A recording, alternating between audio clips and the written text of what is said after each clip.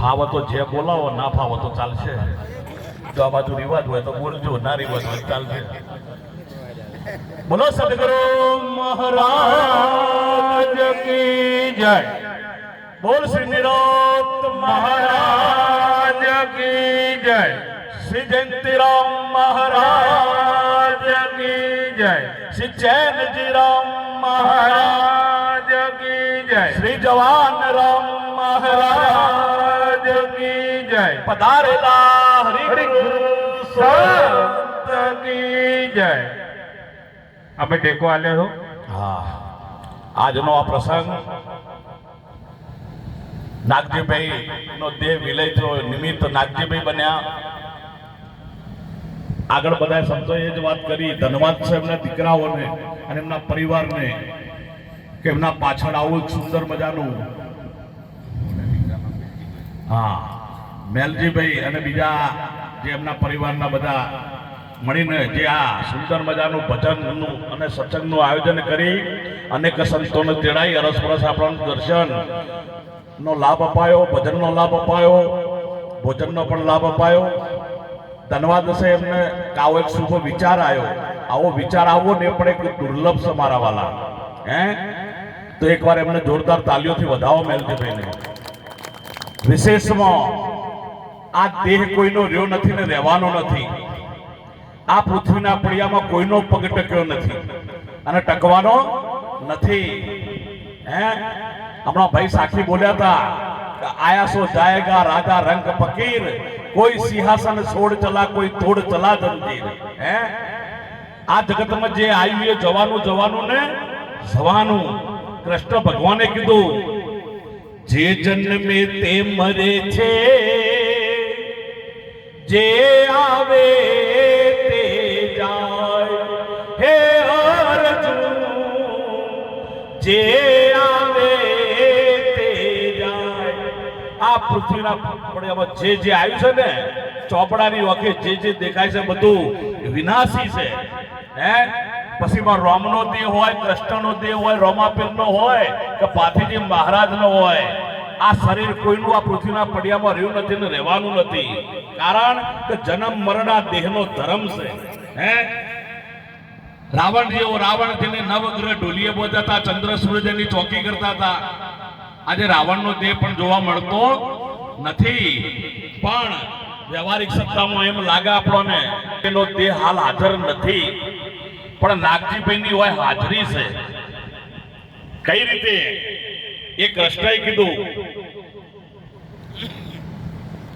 કે જે જન્મે તે મરે છે, જે આવે તે. પણ એક વસ્તુ એવી છે જે મરતી નથી.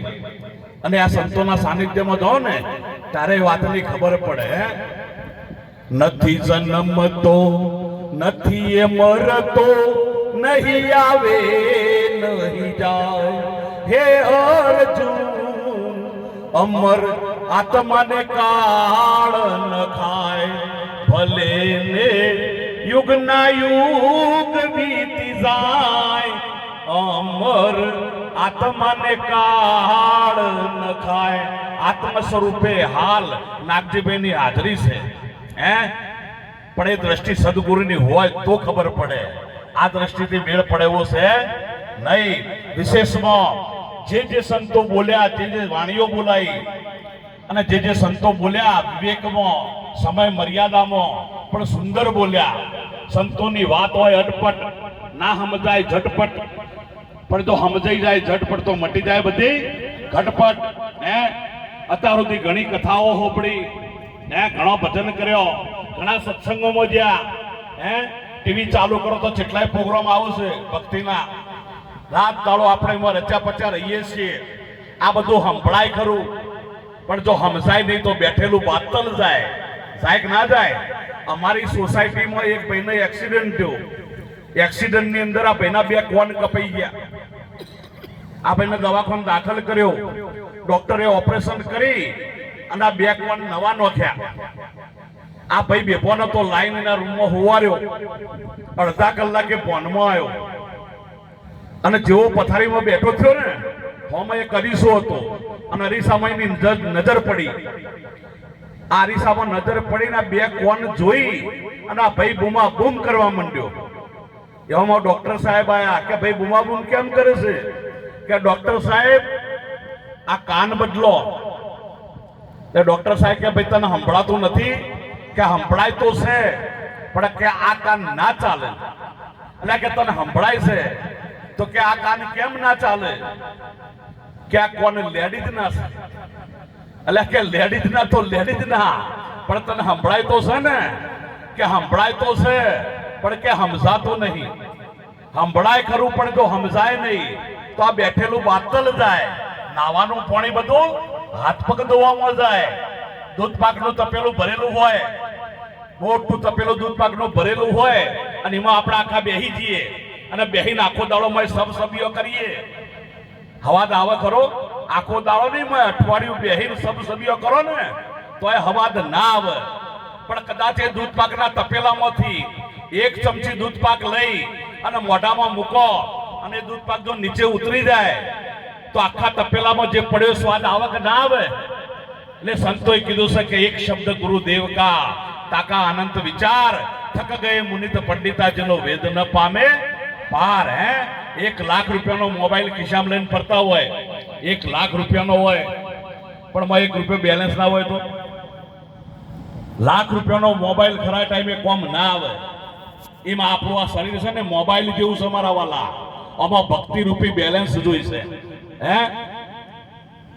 અને કદાચ હેડો 500 રૂપિયા બેલેન્સ પડ્યું છે પણ 1% ચાર્જિંગ ના હોય તો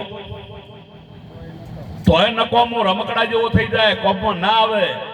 એમાં સંતોનું અહોનિશ સત્સંગ રૂપી ચાર્જિંગ જોવે તો ઠેકોણું પડે. આ તો આજ ભજનમાં 11 શિખર મહિને 2 મહિને 100 મહિને કદાચ ગોમમાં હોય તવાર જય ગુરુ મહારાજ. આવું નહીં, ભજનનું નામ પણ રહેવરાય નહીં મારા વાલા. આવું ભજન અને સંતોનો તો જેટલા સેવા ને, સંતોનો સંગ મરણના મૂકીએ લઈએ 4 દિવસનો લાવ. માટે આ સંતોમાં સદાય મન રાખો માલતું. અહોનિશના સંતોનું ચાર્જિંગ જોઈએ. અને કદાચ ભાઈ 500 રૂપિયા બેલેન્સ પડ્યું હોય મોબાઈલમાં અને હોય 100% બેટરી ફૂલ હોય, टावर ना पकड़ाए तो टावर ना पकड़ाए तो बोलो फोन में बोले आप जिसका संपर्क करना चाहते हो वो कवरेज एरिया के बाहर है. તમે હોય બેઠા હોય અને તમારું મન ઘેર ઓટો મારવા જેવું હોય, કોઈનું પથારીમાં જીવ હોય, કોઈનું બૈરોમાં જીવ હોય, કોઈનું છોકરોમાં જીવ હોય, કોઈનું વાડીએ ફરવા જીવ હોય અને કોઈનું તો હોય બેઠા બેઠા કોડિયા કચુકા ગણતું હોય. તો એ મેળ ના પડે. એટલે અમારી હાથ જોડીને વિનંતી છે કે જો સુધી તમે બેહો ને ત્યાં સુધી તમારું મન તમારી જોડે રાખજો. નકર હોદો બેસે અને કદાચ ટાવર ના પકડાતું હોય ને तो ये फोन मचड़ मचड़ करो ना એટલે પેલો અંદર કંટાળીને બોલે કે આપ जिसका संपर्क करना चाहते हो उसका अस्तित्व नहीं है. रोम बोलो भाई, થઈ જાય કે ના થઈ જાય? આ રોમ બોલો ભાઈ રોમ થઈ જાય ને એ પહેલા ચીતી જવાનું છે. કા મનુષ્ય અવતાર સેના માટે મળ્યો છે? ખાવું પીવું ભોગ ભોગવવા, રગડા ઝગડા કરવા અને મોત આવે એટલે મરી જવું. ઓના માટે મનુષ્ય અવતાર નથી મળ્યો. મનુષ્ય અવતાર દેવોનો દુર્લભ પરમાત્માનું ભજન કરવા માટે, પરમાત્માની પ્રાપ્તિ કરવા માટે મળ્યો છે. અને કદાચ ફોન લગાવો અને ફોન લાગી જાય તો સામે વાળો કે હેલો કોણ? એટલે આપણે કહીએ હું. પેલો સામે વાળો કે હું કોણ? એટલે વાની તો મગજ મારી છે. વાની તો મગજ મારી છે. આખા વિશ્વને આપણે ઓળખીએ, બ્રહ્માને ઓળખીએ, વિષ્ણુને ઓળખીએ, શંકરને ઓળખીએ, 33 કરોડ દેવી દેવતાને ઓળખીએ, જહુ જાફણી જોગણી મેલડી ગોગો આ બધાને ઓળખીએ, નવલખ તારાને ઓળખીએ, ચંદ્રને ઓળખીએ, સૂરજને ઓળખીએ, આકાશને જાણીએ, પાતાળને જાણીએ, પૃથ્વી પરની બધી વસ્તુઓને જાણીએ, માને જાણીએ, બાપને જાણીએ, પુત્રને જાણીએ, દેશના વડાપ્રધાનને જાણીએ, આ બધાને જાણીએ. પણ એક તોલામાં મનની ભૂલ બધાને આપણે જાણીએ છીએ પણ પોતે પોતાને જાણતા અહીં મોટી ભૂલ છે મારા વાલા. અને સંતો કહે છે કે જ્યાં સુધી પોતે પોતાને ના જાણે ને ત્યાં સુધી પરમાત્માની ઓળખાણ ના થાય. અર્જુન ને કૃષ્ણ 24 કલાક ભેગા રહેતા હતા. હારે હરતા ફરતા, ખાતા પીતા, ઉઠતા બેહતા બધું એક હારે. સખા ભાવ હતો. તો પણ અર્જુને કીધું કે હે ભગવાન, કે આ તો હું તમારી રૂપવાળી માયાનો દર્શન કરું છું, કે મારે તમારા સ્વરૂપને ઓળખવું છે. તારે કૃષ્ણ ભગવાને કીધું કે હે અર્જુન, જો તારે મારા સ્વરૂપને ઓળખવું હોય તો એક શરત છે. કે બોલો ભગવાન, કે પહેલા તો તારી ઓળખાણ કર. કે ના, મારે તો કે તમારા સ્વરૂપને ઓળખવું છે. પણ કે હે અર્જુન, જો સુધી તને તારી ઓળખાણ નહીં થાય ને તો સુધી તને મારી ઓળખાણ થશે નહીં. આવું કહેવાનું કારણ શું? આવું કહેવાનું એક જ માત્ર કારણ કે પરમાત્મા સ પંડે પંડે મોણસ ઉદ્ભુત છે ખંડે ખંડે પિંડે સો બ્રહ્માંડે. અહીં પરમાત્મા નક્કી થાય ને તો બાર પરમાત્મા નક્કી થાય. જો અહીંયા પરમાત્મા નક્કી ના થાય ને તો ત્રણ કાળમાં પરમાત્મા હાથમાં આવે એવું નથી. આવું સંતોના અને શાસ્ત્રોના પુરાવા છે. હે, આખું જગત પરમાત્માના ખોળો છે. આ વિશ્વમાં એવો કોઈ વ્યક્તિ નથી કે જેને પરમાત્માની જરૂર નથી. દારૂડિયો રાતે દારૂ પીવે પણ સવારે ઉઠીને અગરબત્તી એ ફેવર કે હોજ પડતા પડતા બીજી પોટલીનો બંદોબસ્ત થઈ જાય તો સારું. એને જરૂર છે કે નહીં? બધાને જરૂર છે ભગવાનની. પણ આખું જગત પરમાત્માનો ભજતો છે પણ અટકળ ભજશે. અને અટકળ ભજશે એનો પુરાવો આપું. રોમનો ભજવા વાળો રોમાપીર વાળો નહીં માનતો, રોમાપીર વાળો કૃષ્ણ વાળો નહીં માનતો, કૃષ્ણ વાળો સ્વામિનારાયણ વાળો નહીં માનતો, સ્વામિનારાયણ વાળો બ્રહ્માકુમારી વાળો નહીં માનતો, બ્રહ્માકુમારી વાળો યોગેશ્વર વાળો નહીં માનતો, અને યોગેશ્વર વાળો આ વયન નહીં માનતો. આ બધી વાટીઓ પડી શકે નહીં. આ વાટીઓ પડવાનું કારણ શું? કે હાચા પરમાત્માની ઓળખાણ નથી થઈ. જો હાચા પરમાત્માની ઓળખાણ થઈ હોય ને તો આ બધી વાટીઓ ઉકલી જાય.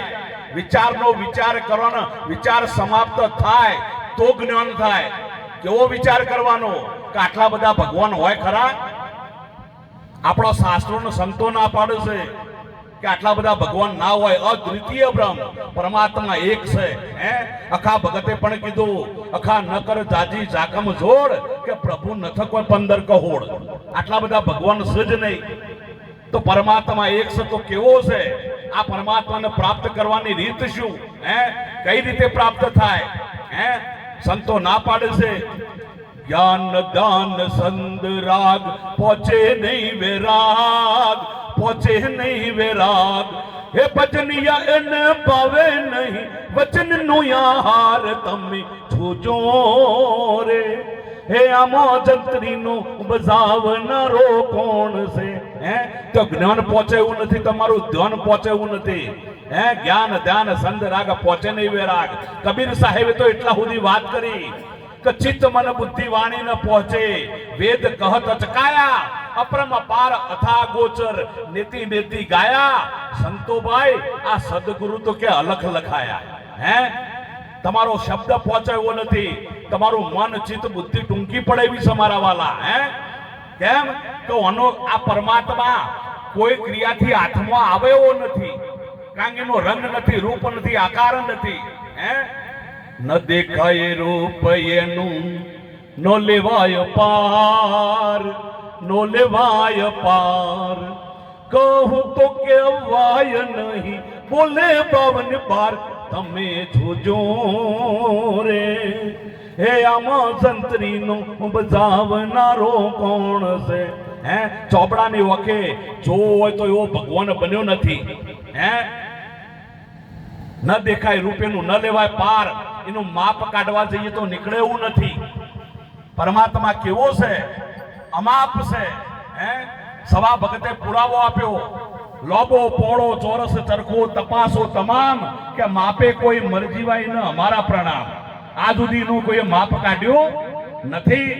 ન દેખાય રૂપેનું ન લેવાય પાર, કે કહું તો કહેવાય નહીં, બોલવાનો વિષય નથી, અને પાછો બોલી રહ્યો છે. હે, કે બોલે ભાવન આ પરમાત્મા છે. લ્યો, હવે આ પરમાત્માને પ્રાપ્ત કરવા કયો રસ્તો કરશો? હે, ફક્ત અને ફક્ત એક જ રસ્તો છે, ઓનલી વન. કોક સંતોનું પગ પકડી લો મારા વાલા. એ સંત તમને એ પરમાત્માની ઓળખાણ કરાવશે. હે, એના સિવાય આ લાયસન્સ કોઈના થાય નથી. કદાચ તમારી સાકાર ભક્તિ પ્રબળ હોય, ચતુર્ભુજ રૂપ ધારણ કરી અને ભગવાન તમને મળી જાય તો એ ભગવાન આપીને શું આપે? કોઈને પુત્ર ના હોય તો પુત્ર આપે, રાજકુમાર જેવો છોકરો આલે. કોઈને પત્ની જોઈતી હોય તો પત્ની આલે, કોઈને પદ જોઈતું હોય તો પદ આપે, કોઈને પૈસો આલે, કોઈને પ્રતિષ્ઠા આલે, કોઈને વળી રોગ બટાડે, ડાયાબિટીસ થઈ હોય કે કોરોના થયો એ બધું બટાડે. પણ એક રોગ એવો છે ને તે જાય એવો નહીં. એ રોગ છે જન્મ મરણનો રોગ. જન્મ મરણનો રોગ મહાપારી, છૂટી શકે એક મનુષ્ય દવારી. આ ભૂલ્યો દ્વાર કે તું 84 માં જાવે, આ સદગુરુ વિના તને કોણ છોડાવે? અને કદાચ પુત્ર આપો તો પુત્ર ક્યાં સુધી?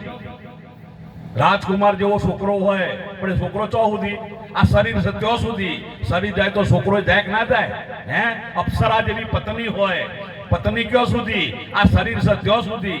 શરીર જાય તો પત્ની એ જાય કે ના જાય? હા, ગમે એટલો પૈસો હોય, એ પૈસો ક્યાં સુધી? શરીર છે ત્યાં સુધી. શરીર જાય તો એ જાય ને. ગમે તેવું પદ અત્યારે નરેન્દ્ર મોદી પદ ઉપર છે, પણ આ પદ ક્યાં સુધી? શરીર છે ત્યાં સુધી. શરીર જાય તો પદ જાય કે ના જાય?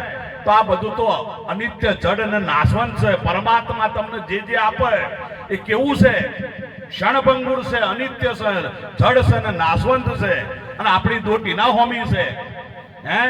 પણ એકવાર જો પરમાત્મા હોમી દોટ હોય ને તો પરમાત્મા સહેજમાં મળી જાય એવો છે. આખું જગત માયામાં ભૂલું પડ્યું છે. આજે 50 કમાણો તો કાલ 100, 200, 1000, 2000, લાખ, 2 લાખ હગા ભાઈનું એ વતું કરી નાખે. એવા કિસ્સા આપણે જોયા છે. પોચ પછી પેદા કરે ત્યારે હજારોના વિચાર, હજારો પેદા કરે તારા લાખો વિના લાચાર. મૂર્ખો માયા જાણે સાર, કે આ મીઠો મોગરિયોનો લાખ રે કમાયો તોય તું ના ધરાયો. આ ગરીબોનો ગળો કાપી પાપ રે કમાયો. નંદુ કહે આ જિંદગી શા કોમની? આપણે ધરાતા નહીં. પણ આ છે ને, આ બધું કેવું છે? ક્ષણભંગુર છે ને. હાથમાં આપણા આવે એવું નહીં, લઈને જઈએ કે એવું કોઈ સગવડ ભગવાને કરી નથી, છતાં પણ આટલો મોહ છે. પણ આમાંથી છૂટવું હોય તો એક જ રસ્તો છે. આ માયામાંથી કોણ? જો આપણા પેલું ભજન છે, દ્વારિકાનો નાથ મારો રાજા રણ છોડ છે, એને મને માયા લગાડી રે. ભગવાનની ભક્તિ કરો તે માયા લગાડે. તારા સદગુરુઓ શું કરે? માયા છોડાવે. પેલો વળગાડ તારે છોડાવે. એના વિચાર તો કરો તમે. તો માયાને છોડવી હોય તો હમણાં ભાયા જતા રહેવાનું. નકર માયા છૂટેવી નથી. માયા છોડવા માટેનો રસ્તો એક જ છે, કોઈ સદગુરુના સાનિધ્યમાં જતા રહો. બાકી જો આ શરીરમાં રચા પચા રહ્યા તો શરીર એક સપના જેવું છે. હાલ પેલા ભાઈ ભજનમાં બોલ્યા હતા, લાખરે ગયા ને તું પણ સવાનો. મૂર્ખ મનમાં વિચાર. સાચું કહું પણ જો તું ખોટું માને તો કે પાછળ નજર કર, તારા મુવા કુટુંબને સંભાળ. દાદા પરદાદા બધા હતા કે નહીં? જતા રહ્યા કે ના જતા રહ્યા? એટલે સંતો કે વહેલા વહેલા ચેતી જાઓ. કારણ કે સપનું હોય ને, સપનું જેમ સાચું ના હોય એમ આ શરીર પણ સાચું નથી. રાજા જનકને સપનું આવ્યું. સપનાની અંદર બીજો રાજા ચડાઈ કરીને આવ્યો. રાજા જનક યુદ્ધ કરવા ગયા. યુદ્ધ કરતા કરતા રાજપાટ, બૈરી છોકરો બધું હારી ગયા. રાજા જનકની પરિસ્થિતિ એવી આવી, ભીખ માંગવાનો વારો આવ્યો. એક બેન ભિખારીઓને ખાવાનું આપતો હતો. જનક રાજા ભાઈ કોઈ વાહન પણ નતું કે લેવી સમો ભીખ. રસ્તામાં માટીની ઠીબ પડી હતી, લઈ કપડાથી સાફ કરીને લાઈનમાં ઉભા રહ્યા. અને પેલી બેને જે ખાવાનું બનાવ્યું હતું એ આલ્યું. આ ઠીબ લઈને 2 ડગલો આગળ ગયા અને 2 પાડા લડતા લડતા આયા અને અડફેટમાં લીધા. જનક રાજા ઓમ અને ઠીબ ઓમ પથારીમાંથી નેચા પડ્યા અને ઓ ખુલી ગઈ. અને તો સડીદારે સડી પોકારી કે મહારાજ ધીરાજ જનક રાજાને કે ઘણી ખમ્મા. જનક રાજાને સંશય થયો કે હાલ મને સપનું આવ્યું અને સપનાની અંદર હું ભીખ માંગતો તો એ સાચું, કે સડીદારે સડી પોકારી અને હું રાજા છું એ સાચું? ભાવ તો વગાડજો ભાઈ. એવું જનકને સપનું આયું રે, સપના મોહ ભીખ માગે છે. એવું જનકને સપનું આયું રે, સપના મોહ ભીખ માગે છે. ઓખ ખોલીને જ્યારે જોયું રે, સડીદાર સહડી પોકારે છે. રાજા જનકને સંશય થયો કે મને સપનું આવ્યું, સપનાની અંદર હું ભીખ માંગતો તો એ સાચું કે સડીદાર સડી પોકારે છે અને હું રાજા છું એ સાચું? હાથો પંડિતોને બોલાયા અને પ્રશ્ન કર્યો કે મને જવાબ આપો કે મને સપનું આવ્યું, સપનામાં હું ભીખ માંગતો તો એ સાચું કે સડીદારે સડી પોકારી અને હું રાજા છું એ સાચું? હાથો પંડિતો રાજા જનકને સંતોષ થાય એવો જવાબ આપી શક્યા નહીં. હાથો પંડિતોને નજર કેદ કર્યા. એમાં એક કહોર મુનિ હતા. આ કહોર મુનિના દીકરા અષ્ટવક્રા મુનિ બપોરે જમવા ઘેર આયા. એમની માએ ભોણું પીરસ્યું અને એમને પ્રશ્ન કર્યો કે માં, મારા બાપુજી નહીં દેખાતા, મારા બાપુજી ક્યાં ગયા? કે તમારા બાપુજીને રાજા જનકે કે નજર કેદ કર્યા છે. કે કારણ કે એમના પ્રશ્નનો જેવો જોવો એવો જવાબ આપી શક્યા નહીં. એના માટે અષ્ટવક્રા મુનિએ ભોણું આગું કરી દીધું કે માં અને ઢોકીને મૂકી દો, હું મારા બાપુજીને લઈને હાલ પાછો આવું. એ વખત અષ્ટવક્રા મુનિની ઉંમર 11 વર્ષની. જ્ઞાનમાં કોઈ દાડ ઉંમર જોવાય નહીં. 11 વર્ષની ઉંમર રાજા જનકના દરબારમાં આવ્યા અને જેવા રાજા જનકના દરબારમાં આવ્યા ને, અષ્ટવંકા હતા, કદરૂપું શરીર હતું, આઠે અંગ વોકો હતો અને આઠે અંગ વોકો હતો ને એનું એ કારણ હતું. જ્યારે એમની માના ગર્ભમાં હતા ને તારે કહોર મુનિ સવારે 5 વાગે બ્રહ્મ મુહૂર્તમાં વેદ વાંચતા હતા અને વેદ વાંચતા એક શ્લોક બોલવામાં ભૂલ કરી. એ વખતે ગર્ભમાં રે જવાબ આપ્યો કે બાપુજી આમ નહીં, આમ બોલો. એ વખત કહોર મુનિને ગુસ્સો આવ્યો કે હજી તો એની માના પેટમાં છે અને કે આટલો બધો પાવર બતાવે છે. જોરથી લાત મારી, પેટમાં કોમળું બાળક, આઠે અંગ વોકો થઈ ગયો અને અષ્ટવંકા પેદા થયા. આઠે અંગ વોકો જોઈ આખી સભા એમને જોઈને હસવા માંડી. રાજા જનક એ પણ હસવા માંડ્યો અને આ બધાને હસતા જોઈ અષ્ટવક્રા મુનિ પોતે હસવા માંડ્યા. અને અષ્ટવક્રા મુનિ હસવાનું ચાલુ કર્યું ને, રાજા જનક શાંત થઈ ગયો, સભા શાંત થઈ ગઈ. અને રાજા જનકે પૂછ્યું કે હે અષ્ટવક્રા મુનિ, અમે હસાય તો કે બરાબર છે, પણ કે તમે કેમ હસો છો? કે હે રાજા જનક, તારા સહિત તારી આખી સભા કે તમે બધા કે ચોબડિયા છો. ચોબડિયા એટલે ચમાર. ચમાર એટલે પેલો ચોબડું જૂથે ચમાર નહીં, પણ જેની દ્રષ્ટિ દેહ ઉપર હોય ને એને સંતોએ ચમાર કીધો છે. હે પછી બ્રાહ્મણ હોય, વાણિયો હોય, ગમે તે હોય, પણ જેની દ્રષ્ટિ આ દેહ ઉપર હોય ને એને સંતોએ ચોબડિયા કીધા. કે હે રાજા જનક, તારા સહિત તારી આખી સભા તમે બધા કે ચોબડિયા છો. અને રાજાને ચોબડિયા કે રાજાની ઓખ લાલ થાય કે ના થાય? જનક રાજા ગુસ્સામાં આવી ગયો કે આને નજર કેદ કરો. કે ઊભો રે, નજર કેદ કરવાનું કારણ બતાય. કે તમે મને ચોબડિયો કીધો તો કે મારા પ્રશ્નનો જવાબ આપ. કે તમે બધા મને જોઈને હસ્યા કેમ? કે તમારો આઠે અંગ વોકો જોઈને મેં હસ્યા. કે હે રાજા જનક, એટલા માટે જ મેં તને ચોપડીઓ કીધો. કેમ કે તારી દ્રષ્ટિ મારી વક્ર કાયા ઉપર પડી. આ કાયા વક્ર છે. આ વક્ર કાયાની અંદર અવક્ર સૃષ્ટિનો સર્જનહાર કે હાલ હાજર છે, તને આની ખબર નથી. અને કાયા વક્ર એટલે વિકારી કાયા.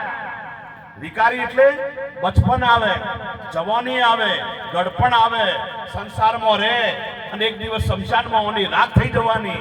કે હે રાજા જનક, આ વક્ર કાયાની અંદર અવક્ર સૃષ્ટિનો સર્જનહાર કે હાલ હાજર છે, તને આની ખબર નથી. જનક રાજા વિચારક પુરુષ હતા. લોબા દંડવત પ્રણામ કરીને લોબા હોડ થઈ ગયા કે મને ક્ષમા કરો, પણ કે મને વાત બતાવો કે મને સપનું આવ્યું, સપનામાં હું ભીખ માંગતો તો એ સાચું કે આ સડીદારે સડી પુકારી અને હું રાજા છું એ સાચું? કે હે રાજા જનક, કે કોણ ખોલીને હોબળ કે બે ખોટો? કે કઈ રીતે? કે તને સપનું આવ્યું કે કલાક અડધા કલાકનું ઓક ખોલો એટલે સપનું કોઈ દળ સાચું હોય? એટલે સપનામાં 2 લાખ રૂપિયાની લોટરી લાગે અને સવારે લેડિયાત આવે કે પેલા 2000 રૂપિયા આલજો. પાલીએ કે સપનું કોઈ દાડો સાચું હોય? હે ના હોય. કે તારું સપનું જે અડધા કલાકનું ઓખ ખુલેલે સપનું કોઈ દાડો સાચું હોય? અને તું હાલ રાજા છે આ એ સપનું ને સપનું 50 કે 100 વર્ષનું આ એ સાચું છે? રાજા જનકને સંતોષકારક જવાબ મળ્યો અને એને વાત કરી કે તમે મને એમ કીધું કે આ વક્ર કાયાની અંદર અવક્ર સૃષ્ટિનો સર્જનહાર કે હાજર છે, તો એની મને કે જોખી કરાવો. તો કે જનક રાજા કોણ ખોલીને હોબળ વગાડજો પહેલા, હા ફાવે અને મને ગાતા ઓછું ફાવે છે કે હોબળ કે કાહયાનો ગડનારો તારી કાહયામાં બિરાજે.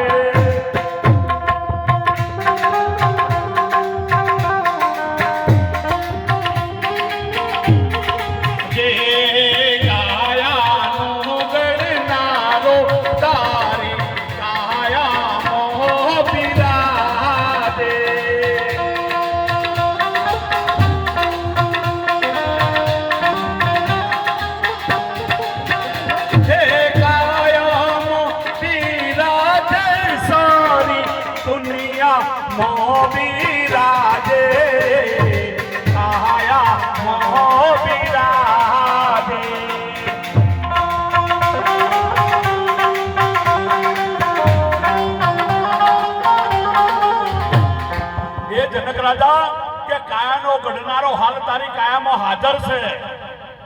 જો કાયાનો ગઢનારો હાલ મારી કાયામાં હાજર હોય તો કેવો છે, કેવડો છે, એની મને વાત કરો.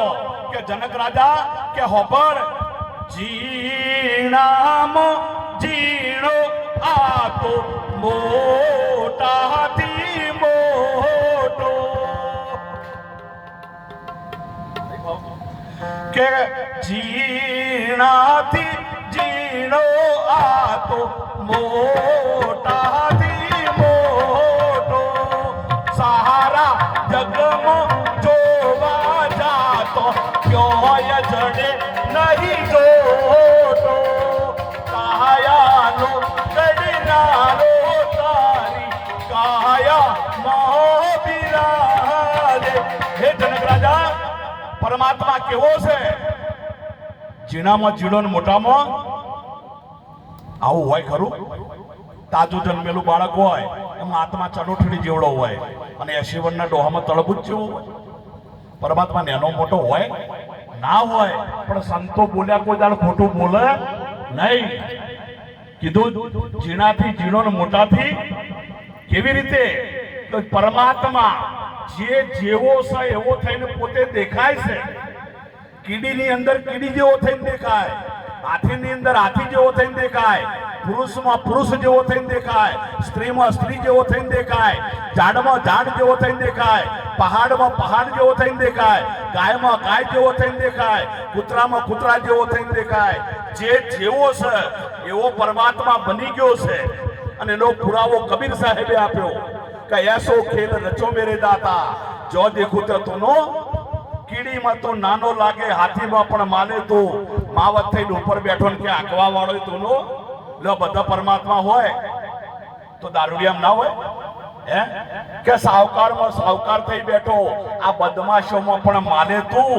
ચોરી કરીને કે ભાગવા લાગ્યો અને પકડવા વાળો તુનો. એસો ખેલ રચો મેરે દાતા જો દેખું તો તુનો. હે આ પરમાત્મા આવો છે, જે જેવો છે એવો થઈને પોતે દેખાય છે. તો કે તમે વાત કરી કે પરમાત્મા એક છે, તો આ બધું જુદું જુદું મને દેખાય છે. આનું કારણ શું? કે હોબળ એકમાં અનેકને અનેકમાં એક છે.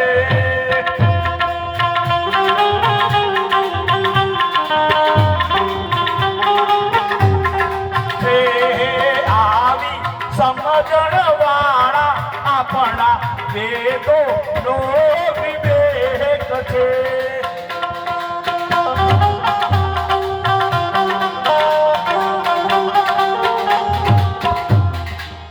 કે એકમાં અનેક ને અનેકમાં કઈ રીતે? કરંટ એક છે અને 1 લાખ ગોળાની સિરીઝ લાવો ને, 1 લાખ ગોળાની સિરીઝમાં 1 લાખ કરંટ જોવો કે ના જોવો? હે 1 લાખ ગોળાની સિરીઝ હોય એમાં 1 લાખ કરંટ જોવો કે ના જોવો? હા, 1 લાખ ગોળાની સિરીઝ હોય પણ કરંટ મૂવો એક જ હોય. હવે એમાંથી 1 લાખ ગોળાની સિરીઝમાં 2-4 ગોળા ઉડી જાય તો કરંટ જતો રહે કે ના જતો રહે પાછો? હે, જતો હશે? ના જાય. 1 લાખ ગોળાની સિરીઝમાં કદાચ 2-4 ગોળાઓમાંથી ઉડી જાય ને તો આત્મા જતો ના રહે, એ પાછો એમના એમ જ રહ્યા, પાછો બીજો ગોળો લગાવો એટલે ચાલુ. હે, જાય. કરંટ 1 ક્ષણ 1 લાખ ગોળા હળગી રહ્યા છે, એમ પરમાત્મા 1 ક્ષણ આ બધા આપણને આકાર બધા દેખાઈ રહ્યા છે. હે, અને આકારે કે ઘાટે ઉતર્યા છે પરગટ પરમાત્મા કે અરૂપ ખેલે છે રૂપની મોહ કે મનનો મેલ રે મેલીને માર્ગ ઝાલી. એક પરમાત્મા સર્વ વ્યાપક છે મારા વાલા, અને બધાની અંદર ભરેલો સફર ભરેલો છે. અશોક વાટિકાની અંદર સીતા મૈયા બેઠા હતા. રાજા રાવણે મંદોદરીનો હુકમ કર્યો કે આભૂષણ અને વસ્ત્રો લઈને જાઓ, સીતાને પહેરાવો, મનાવો અને મારી સાથે લગ્ન કરવા એને તૈયાર કરો. મંદોદરી પ્રતિવતા નારી હતી, પતિની આજ્ઞાનું પાલન કર્યું. આભૂષણ અને વસ્ત્રો લઈને અશોક વાટિકામાં આવ્યો. પણ મંદોદરી બહુ જ્ઞાની હતો, ડાયરેક્ટ સીતા મૈયાને ન કીધું કે આભૂષણ વસ્ત્રો પહેરી લ્યો, પણ સીતા મૈયા જોડે સત્સંગ ચાલુ કર્યો. અને સત્સંગમાં એવી વાત આવી, પ્રશ્ન કર્યો કે હે સીતા, તમારો રામ કયો છે? એ વખતે સીતા મૈયાએ સુંદર જવાબ આપ્યો કે મારો રામ અત્ર તત્ર સર્વત્ર કોઈ જગ્યા મારા રામ વગર ખાલી નથી. પછી મંદોદરીએ પ્રશ્ન કર્યો કે તમારો રામ જો બધા હોય તો કે પેલા ઝાડમાં છે કે હા ઝાડમાં મારો રોમ છે, તો કે પેલા પહાડમાં કે પહાડમાં મારો રોમ છે, કે આ ફળમાં કે ફળમાં મારો રોમ છે, કે આ ફૂલમાં કે ફૂલમાં મારો રોમ છે. જો કે બધો તમારો રોમ હોય તો કે મારા રાવણમાં નહીં, કે તારા રાવણમાં મારો રોમ છે, તો કે આભૂષણનો વસ્ત્રો પહેરી લ્યો. એ વખત સીતા મૈયાએ સુંદર જવાબ આપ્યો કે મારો રામ તારા રાવણમાં છે, પણ તારો રાવણ મારા રોમમાં નહીં. પરમાત્મામાં કોઈ પેટું નહીં અને કોઈ ગાલવાની કોશિશ કરવાની. આટલું બોલી મારી વાતનો વિરામ આપું. સમયનો વેગ વધતો જાય છે. જે આપણે બાપુને સાંભળવાના છે, બોલવામાં કદાચ કોઈ શબ્દની સ્થિતિ થઈ હોય તો મને બાળક સમજી માફ કરજો. બધાને કોટી કોટી વંદન સાથે મારા જય ગુરુમાં.